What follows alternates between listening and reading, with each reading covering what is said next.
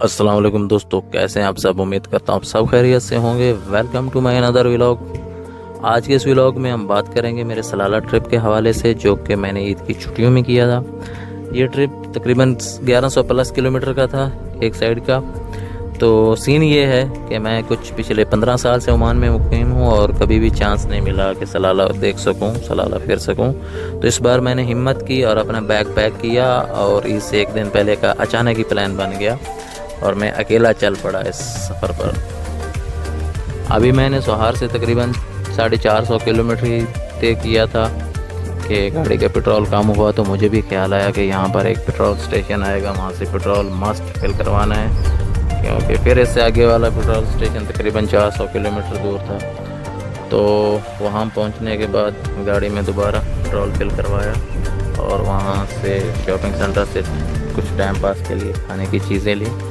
और इस चीज़ से, ये जो सनफ्लावर सीड्स हैं, इससे टाइम बहुत अच्छा पास होता है। तो खैर चलें, फिर हमने अपना सफ़र का आगाज़ किया और तकरीबन 400 किलोमीटर करने के बाद एक इलाका आता है हैमा, वहाँ पर पहुँचा। यहाँ पर फिर मैंने अपनी गाड़ी में पेट्रोल फिल करवाया और अब मुझे यकीन था कि इंशाल्लाह मैं सलाला पहुँच के ही दम लूँगा। तो यहाँ से आगे सलाला तकरीबन कोई 500 किलोमीटर की ड्राइव है या 450 की, एग्जैक्ट मालूम नहीं है, लेकिन अप्रॉक्सीमेटली इतना ही सफ़र है। तो फिर मैंने अपने सफ़र का आगाज़ किया और ये जो आप जगह देख रहे हैं, ये मैंने तमरीद क्रॉस किया है। तमरीद की पहाड़ियाँ हैं। ये पहाड़ी चढ़ने के बाद एक चेक पोस्ट आएगी, उसको क्रॉस करेंगे और लें जी आप ऑफिशियली सलाला में आ गए। ये है जी सलाला की वो पहाड़ी जिसके उतरने के बाद आप सलाला में ऑफिशियली इंटर हो चुके हैं। यहाँ पर आप बिला झिझक गाड़ी के शीशे उतार दें, इतनी ठंडी हवा आती है कि दिल खुश हो जाता है और सफ़र की जो जितनी भी थकान है वो दूर हो जाती है। तो दोस्तों, ईद के पहले दिन हमने सुबह सुबह कुछ मीठा खाया। मीठे में खीर बनी हुई थी। तो मीठा खाने के बाद ही मैंने कहा चलें भाई, मुझे तो घूमना है।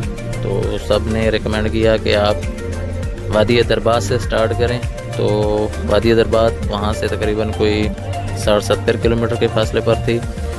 तो हम लोग चल दिए वादी दरबार की तरफ और रास्ते में एक जगह पर थोड़ा अट्रैक्टिव हमको नारियल पानी पीने को मिला और मेरे ख्याल में गालबन अल्तरीस बीच की अपोजिट की वो जगह थी, जो कि टूरिस्ट के लिए काफ़ी अट्रैक्टिव है और काफ़ी लोग आते रहते हैं वहाँ पर।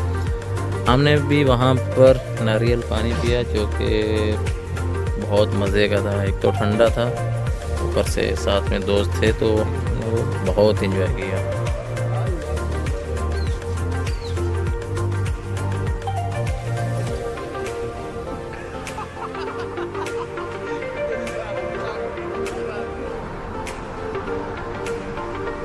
तो जी नारियल पानी पीने के बाद हमने अपने सफ़र का आगाज़ किया वादी दरबार की तरफ, जो कि काफ़ी ऊंचाई पर थी।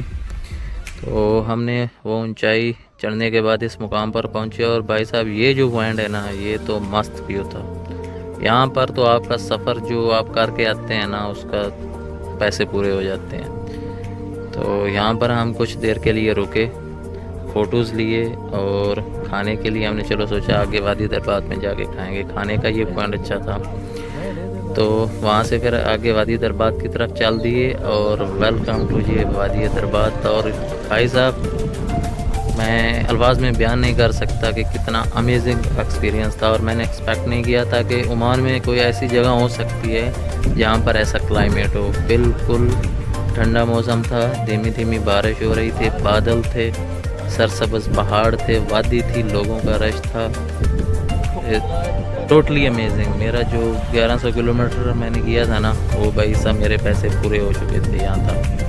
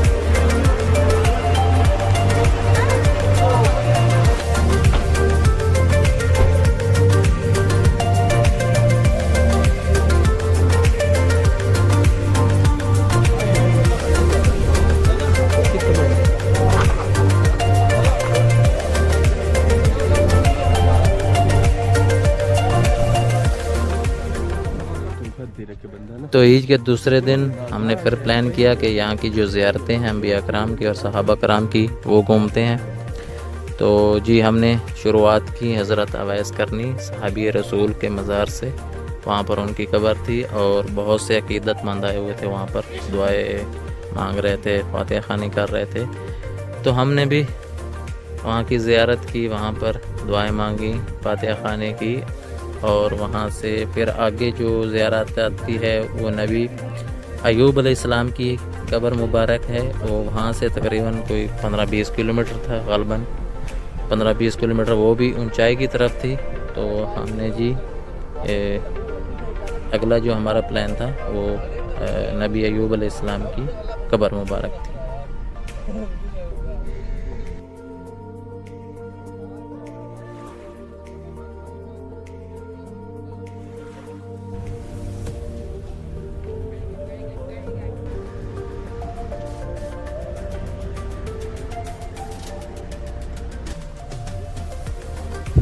दोस्तों नबी अय्यूब अलैहिस्सलाम की कब्र मुबारक पर इंतहाई रश था, लोग जो टोलियों की सूरत में आ रहे थे ज़ियारत के लिए और हमें भी मौका मिला और शरफ़ हासिल हुआ उनकी कब्र मुबारक की ज़ियारत का। यहाँ पर भी हमने फातिहा ख़वानी की और दुआएं मांगी।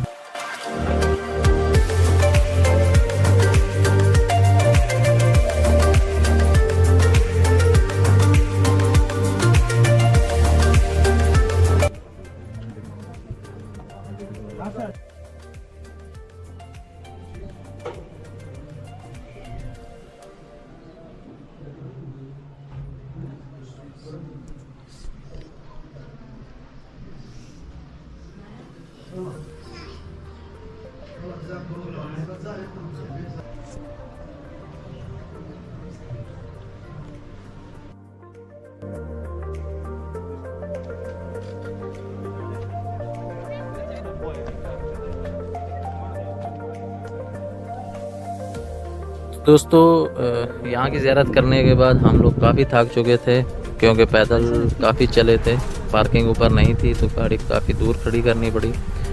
तो फिर हमें भूख भी लग चुकी थी और हमने फ़ैसला किया कि अब हम खाना खाएंगे और उसके बाद अगले मुकाम को एक्सप्लोर करेंगे। तो वो पहाड़ी उतरने के बाद एक खुले मैदान में रेस्टोरेंट था, वहाँ बैठे। वहाँ पर उन्होंने हमें पहले तो खाना चेक कराया कि आप भाई चेक करें, जो आपको अच्छा लगे वही ऑर्डर करें। तो हमने वहाँ पर जो अच्छा लगा वही ऑर्डर किया और वो खाना नोश खाने के बाद हम अपने अगले मकाम की तरफ चल पड़े जो कि ऑगसेल बीच था।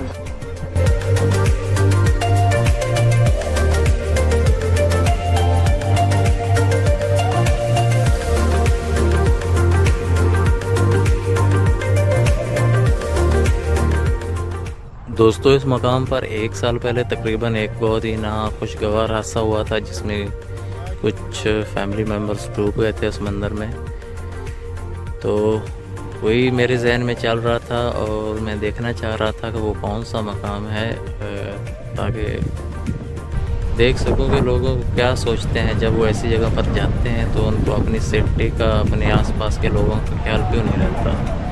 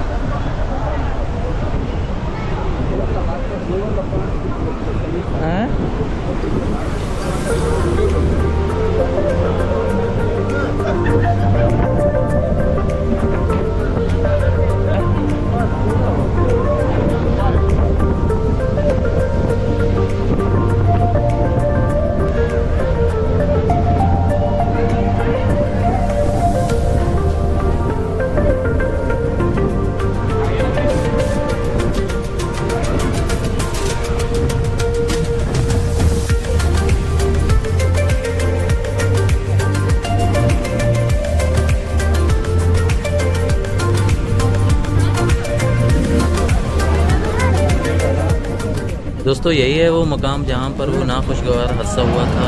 वो लोग वो जो सेफ्टी लाइन है उसको क्रॉस करके उसके आगे खड़े हुए थे और एक बहुत बड़ी वेव आई और उनको बहा के ले गए। हमें जो भी हम लोग जहाँ पर भी जाते हैं वहाँ पर जो सेफ्टी के हवाले से इक़दाम होते हैं हमें एक्चुअली उनको फॉलो करना चाहिए ताकि हम खुद भी महफूज रहें और हमारे आसपास के लोग भी महफूज रहें।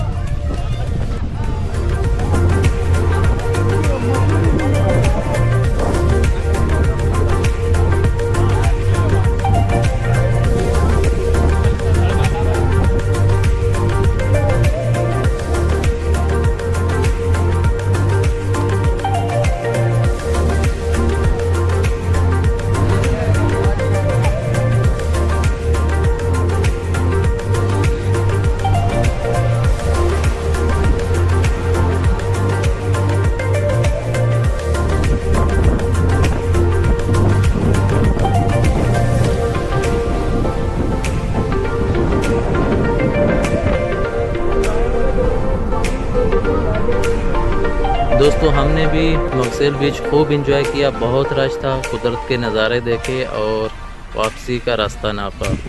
और ईद के तीसरे दिन सुबह सुबह हमने प्लान किया जी नबी इमरान अलैहिस्सलाम की मज़ार पर चलेंगे जो कि सलाला सिटी के अंदर ही थी।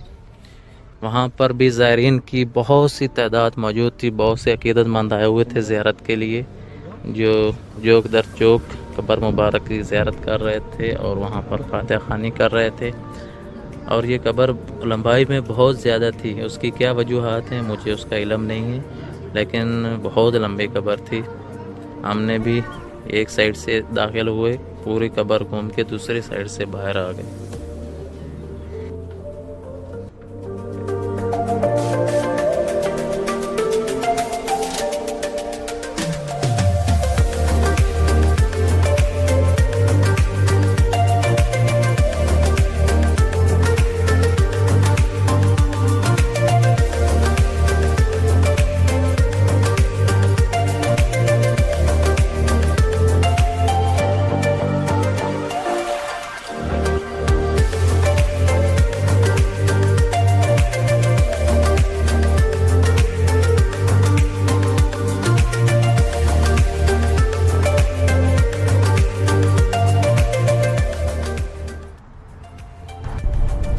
तो फाइनली ईद के 3 दिन गुजारने के बाद डिसाइड किया कि अब वापस जाना चाहिए, क्योंकि वापस आना ज़रूरी था। क्योंकि ज़िंदगी में काम भी तो चलने हैं, घूमना फिरना ही तो सब नहीं होता भाई, यही तो ज़िंदगी है।